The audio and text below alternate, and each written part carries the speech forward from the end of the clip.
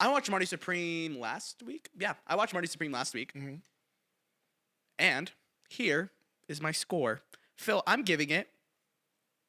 I always never think about this before. I should do this more. I'm giving it a confident 9 out of 10. Ooh. I think this movie is fantastic. I think this movie is insane. You were right. Honestly, you might have undersold how crazy it gets. Oh. I was like kind of getting stressed out the entire time. Like genuinely, it was almost to a point where the movie was starting to piss me off, but like in the best way possible. Where I'm watching this guy, Marty Supreme, freaking Marty, whatever last name I always Marty forget. Mauser? I Yeah, believe? yeah, that sounds right. Marty Mauser. This man just make deals that he cannot repay, get into some stupid situations, rip people off, and I'm just like, dude, like, please slow down. Please stop, please. Because the way my brain was just like kind of being like, I can't imagine someone like this as a real person. And I know a lot of this is like an original thing, even though it's based on like real person, real ping pong player, whatever. Yeah. But I know he's not, I probably not actually like this to a certain extent. Maybe, I don't know. I didn't do a lot of research on it. I just thought this movie was incredible, dude. Yeah. Genuinely. I think all the characters are great. I will say I'm not on the rooting for Marty Mauser train. I actually was really hoping he'd lose the entire movie. I was like, dude, I don't want to root for this guy. I think he's awful. But I think after watching this movie, I understand the Timothée Chalamet Best Actor win. Yep. I was thinking about this, and forgive me for bringing up Sinners. It's still in the conversation because Oscars. I wanted Michael B. Jordan to win it so badly, but unfortunately, I just think Timothée Chalamet deserves it. And here's why. I think Marty Supreme is about the character Timothée Chalamet is playing, while Sinners isn't really that. It's not really about the character Michael B. Jordan is playing. So I just feel like it works more in his favor, and his performance is just electric, dude. It's so intense. It's so good. It's so perfect. It's so like, my friend leaned over to me and he was like, dude, he's just playing himself. And I'm like, he might be, because he's playing it really good. Like, he really knows what he's doing here. So yeah, just phenomenal movie. Let's get into specifics. I'm gonna go spoilers now. Okay. I think for me, a big annoyance for me in the movie, and this was like probably like the thing where the movie like I was like, oh, okay, we're in. It's a good distance into the movie, but this is when it like really set in on my stress levels, was when he takes the bath and the bath falls on the guy, because I just wasn't expecting it like at all. Yeah.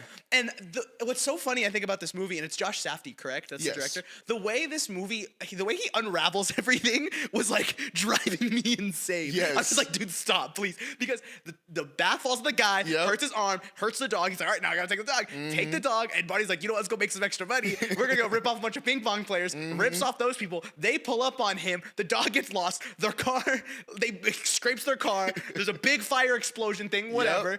And then it's like, all right, we're done with that. No, we're not. Because then turns out the dog was owned by a guy very sus. And you know who has the dog now? This weird guy that for some reason won't just give them the damn dog. He's like, no. Just give them the damn dog. That's my dog. And oh my gosh, the way that entire plot line ensued was intense. I think you have the other plot line with him just trying to get to Japan and him, which is definitely like the main plot of this movie. But I think what he's doing to Gwyneth Paltrow and how he's manipulating her and stealing off her and just using her to get a bunch of stuff, while also actively using her husband, not as successfully, but kind of at the end it becomes very successful. Like, I'm just like, dude, you're an awful person. How do you move like this? Exactly. Genuinely, how do you move like this? And then to get into Odessa's character, Rachel, right?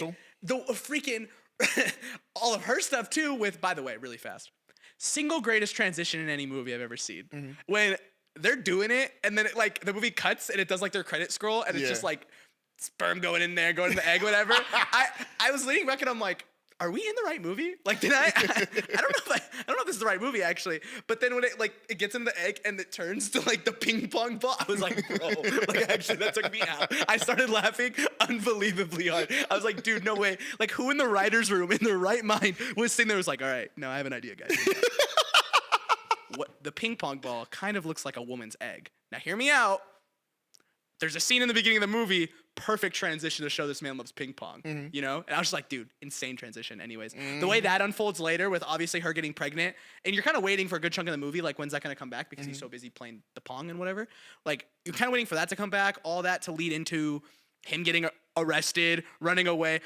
Oh my gosh, this movie's insane. Just talking about it. Like the fact that he pulls the gun on like the guy, he's like, just give me the money, this is my money, please. And then the way that comes back later, he gets arrested, he runs away, he meets up with Rachel, and then like she's pregnant, they get caught hugging. Another phenomenal scene, by the way. When she's like, dude, my dad's dead. She's sulking. She's making me feel better. Like, come on, calm down. Just again, like the whole time I'm watching this man act, and I'm like, dude, you're killing this right now. Like, I need you to stop being such a good douchebag, because it's not okay. It's genuinely not okay.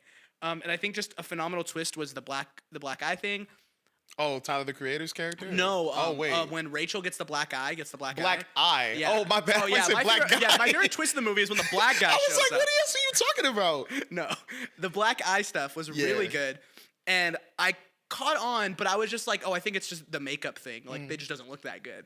And like, you could tell, like, it looked really flat. And I was like, that doesn't look like a real black eye. But I just assumed it was the movie being like, hey, let's not put too much budget in this black eye. So then when he, like, does the thing, I went, oh, they made it make on purpose. I just thought this, again, a great, fantastic twist. Man, yeah, this movie is just awesome. I really want to watch Uncut Gems now, because I'm hearing similar energy, but I think I need to simmer off a little bit. Like, again, that movie made me really frustrated and annoyed and anxious. And I was just like, I hear Uncut Gems is just as bad. Oh, it's way worse. And I'm like, oh my gosh. I'm like, dude, I don't know if I can handle another one of these. But yeah, just really solid movie, all in all. Like, I think there's no direction where I was like, yeah, I don't like this. I was never bored. I think I will say I felt the runtime a little bit, just a little bit. If I'm giving any criticism I could give, I think it's that. And I think that this movie also just isn't a me movie. Like, I really liked it. Like, it's a, you know, when you watch something and you're like, oh yeah, this is a great movie. This is arguably a 10 out of 10, 9 out of 10, whatever.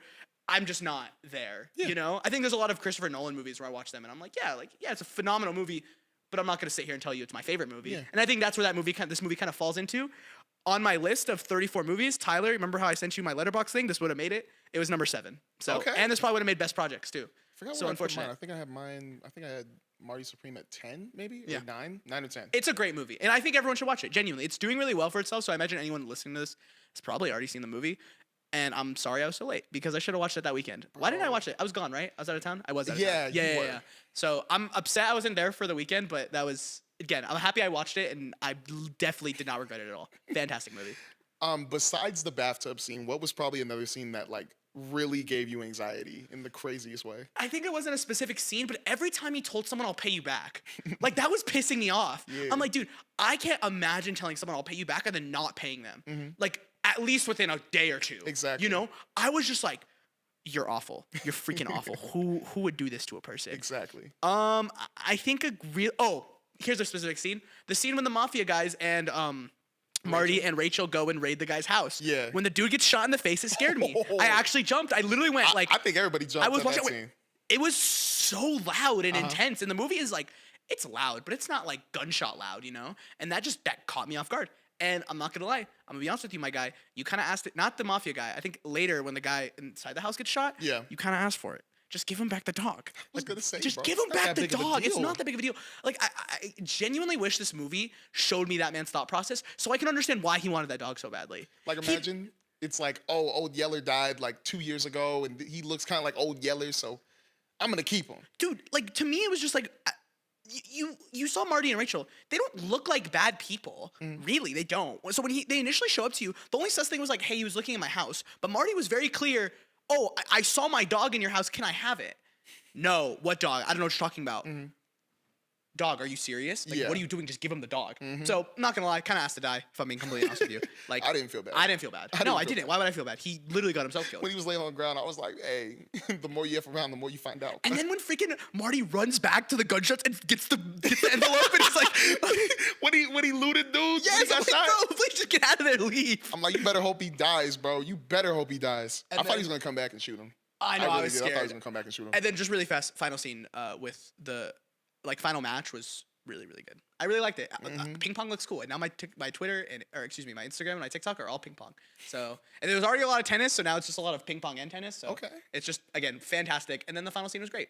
I'm so curious to see. I would never want a sequel, but I did ask myself the question after, like, hey, I'm so curious.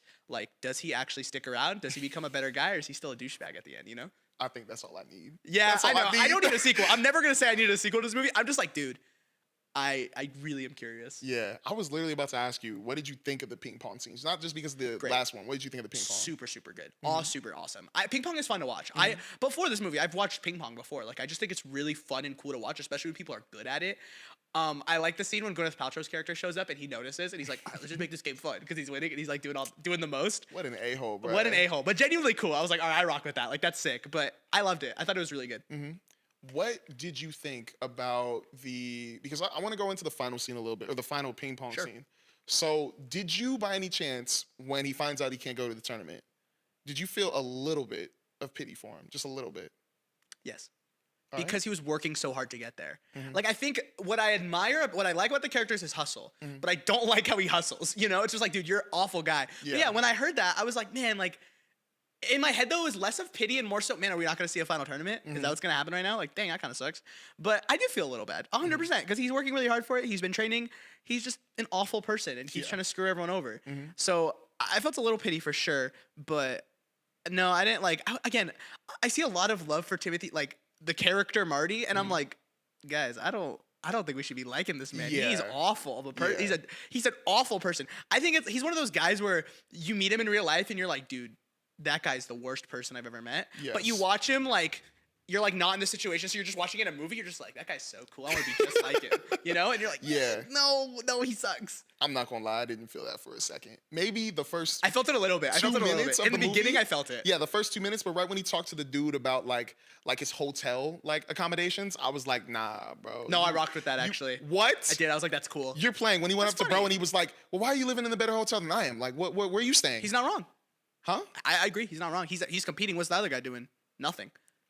Bro, I rocked with that. I was like, that's pretty cool. What my switch up was probably during the ping pong thing when he's like basically like just getting all the dude's money in the bowling alley. I was like, yeah, you suck for that. I'm not gonna lie. Was when you switched up? Probably. But I'm not gonna switch up. I never liked him. I was just the whole time I'm like the first scene, I'm just like, or in the first ping pong tournament, I am like, yeah, this guy is just like, he's not the best guy, but he did deserve that money that they're to get him over here. So I don't blame him for doing that. I wasn't mad about that. And then him asking for accommodations just seems like a douchey thing to do, but it's like, that's funny. Who cares? But you know?